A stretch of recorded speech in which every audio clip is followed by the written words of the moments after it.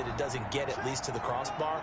But remember this, you have to drive it a little bit lower in order to make that distance, and you also have to be worried about the interior rush that they can get their hands on it. So that's why those stronger kickers nowadays who can pop it up in the air and still travel and carry it, that's who you're looking for. 2nd and 10. It's Roethlisberger once more. And that's caught at the 25. Oh, and the big play's going to get even bigger as penalty flags are down, and I believe they're going to get a face mask penalty tacked on. Well, we looked at each other right away. We knew that flag was coming out.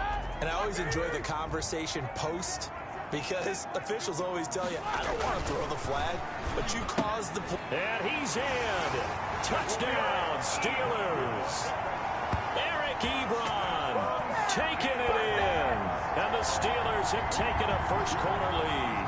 Chris Boswell on for the point action. So the big play to kick off the drive set them up 1st and goal, and they're able to cash in right away on play number 2. I think I'm starting to understand more and more when we get ready to do games and we meet with coaches why they talk about big plays, explosive plays, and how it sets them up for success, because that's exactly how they're able to score on this one. We saw the touchdown. We saw the payoff.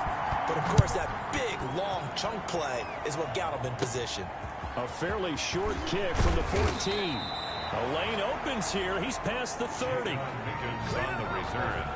The Bucs take over 1st and 10 at their own. Tampa Bay, they're getting ready to set up shop here for their 2nd drive. Last time out, they had that long 50-plus yard field goal that they missed. And I'm sure on their sideline they're thinking to themselves, okay, do we still want to try? Look at this, middle of the field, a breakaway. Touchdown, Tampa Bay. Chris Godwin, 68 yards. And the Buccaneers are an extra point away from tying up this football game. As a fan, is there anything prettier than a well-executed post route? No, it's a thing of beauty, especially when it's done like that for a touchdown. The throw, the catch, and how about the run after to get it to the end zone? So all even at 7 now as they kick it away.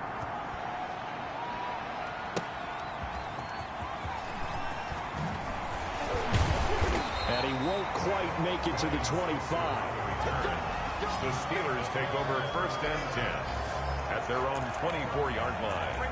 The Steelers offense now, they head back onto the field. And they're hoping to redo their efforts in the last drive when they got into the end zone. And just think of what it's like now on the sideline, because when you score a touchdown, you have to go over and look at the tablet and see what you did on the last drive. When you scored points, it's a whole lot better view than when you're trying to figure out how to fix things there. Extra bulk up front for 2nd and inches. 3 tight ends. Now the pass finding its way into the hands of Eric Ebron. They'll get 3 as the drive continues. It's a 1st down. Many different ways to create space, but on that play, he did it with that big, wide body of his. Didn't get a whole lot of yardage on the play, but it did what it was supposed to. Pick up a 1st down. Roethlisberger's pass.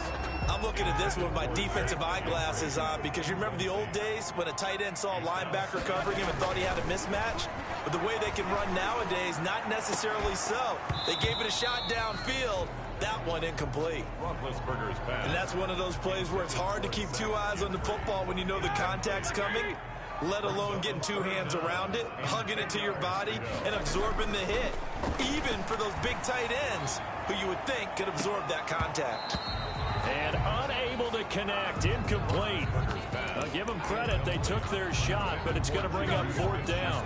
The 3 straight incompletions, they don't care. That hasn't dissuaded them. They're going to go for it on 4th. And yes, complete to the tight end McDonald. And getting this just shy of midfield, they'll spot it at the 49. It's a gain of 13, and how about that? They're able to convert on 4th and 10. 2 1st downs have them up near midfield now on 1st and 10. And the coverage terrific there as that's knocked down and incomplete. It was the linebacker Devin White there to knock it away. It leads to 2nd and again on 2nd and 10. It's Roethlisberger. And he comes back with 1 complete. And this is going to lead to another 1st down as the tackle's made at the Bucs 37. That one good for 14 yards and a Steeler first. So from Buccaneer territory now, it's 1st and 10 at the 37-yard line. Now it's the backup Rudolph. And this will be incomplete. Physical play on the football there, and it's second down. Line of scrimmage, again the 37 as they line up 2nd and 10. And this one's incomplete. And that one going to be off target and incomplete. This offense was on the move. Now 2 straight incompletions have them looking at 3rd and 10.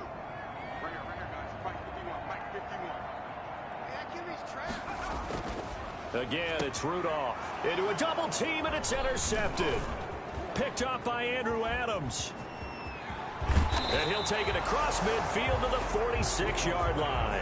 Intercepted by the... Well, this is simply a great read by a defensive back. It's 3rd and 10, so he sits right on where the yard-to-gain marker is, knows it's going to be a route around that distance, makes his read, breaks on the football, and makes a terrific play. Pass incomplete, but the flag in the backfield, and this might be a roughing call.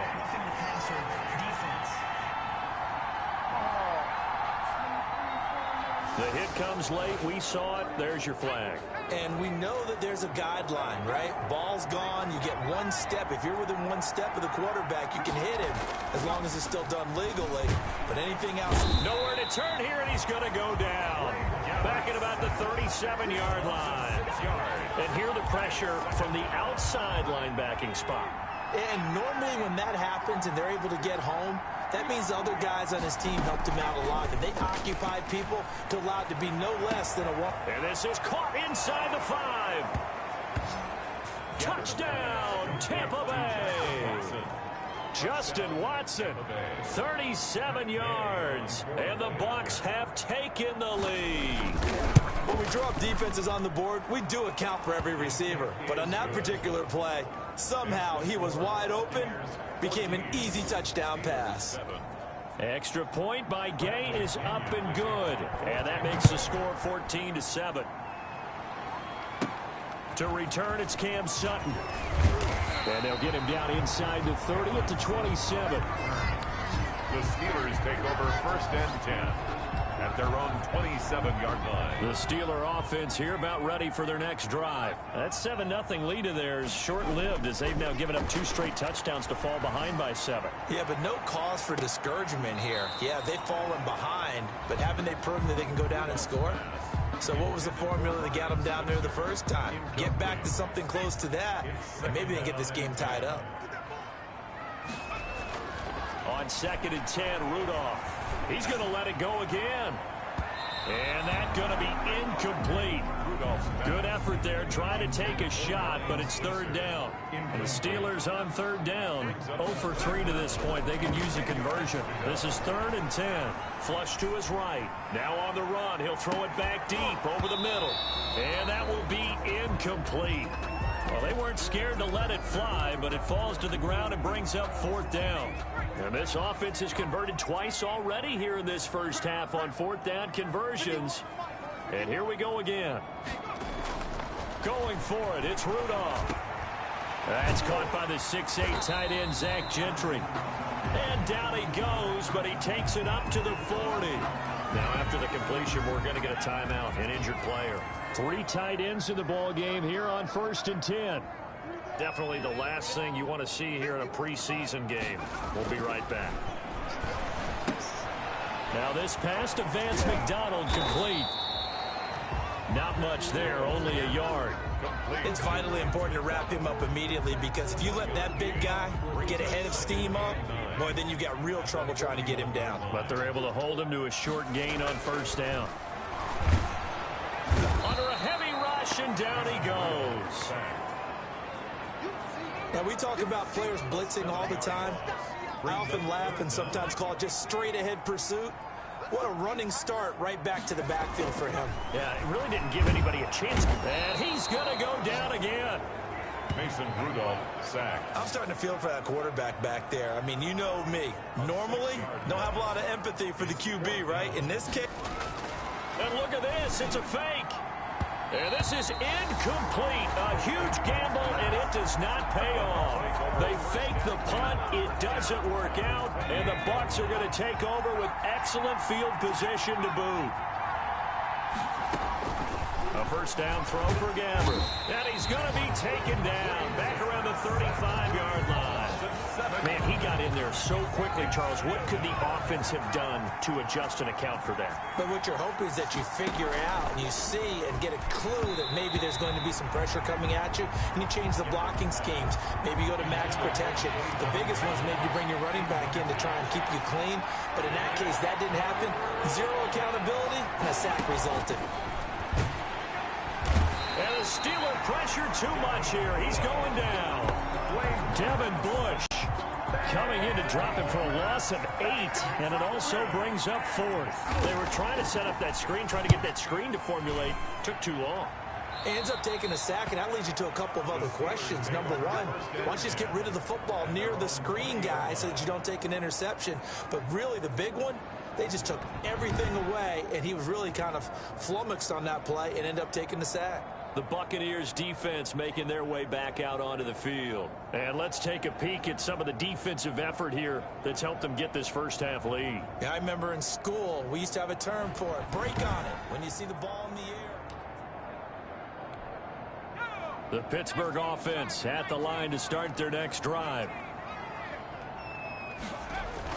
On first down, Rudolph. And it's a short one here, complete to the tight end. And he got blown up on that play. Back at the 20. He was unable to shake free there, and they'll cover him for a loss of a yard. That pass play wound up for negative yardage, so here's 2nd and 11. Now the third-year man from NC State is Jalen Samuels.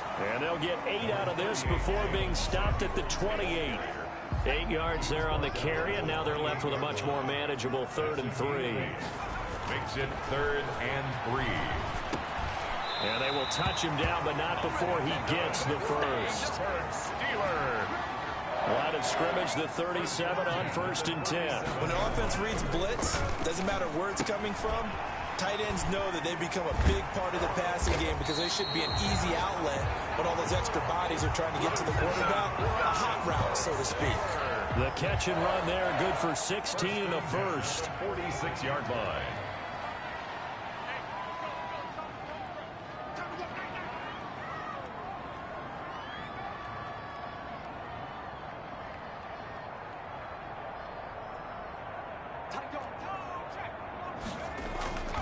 Now it's Rudolph. And that'll be incomplete. Rudolph's pass. They've given up a few first downs on this drive, but getting the incompletion there, that should give them something to build on and maybe turn the tide. On 2nd down, Samuels looking to find a lane, but he can't. Reined in at the line of scrimmage. Calling no gain on the run there, and now they'll be looking at a 3rd down. No gain on the play. It's 3rd. They'll fake it. Now Rudolph. He's going to fire one deep, middle of the field. And that'll be incomplete with just 6 seconds left on the clock. The offense staying out there. They look prepared to go here on 4th and 10. A final shot before the break. Rudolph. He's going to try and go deep again. Into double coverage, and it's intercepted. Picked up by Sean Murphy Bunting. And he will be brought down as time is now run out on this first half of action. So we have reached halftime in our first preseason matchup of the year. As we'll send you down to Orlando, and we check in with Jonathan Coachman for our EA Sports Halftime Report. Coach. Okay, Brandon, thanks very much. Back to you guys in just a minute as we've started the countdown to opening night. 3 more weeks of preseason action follow this, and then we get a... Chris Boswell to kick off for Pittsburgh. Probably not likely to see many starters in the second half as we get back at it underway in this preseason opener. Fielded in the end zone. And no fireworks to start.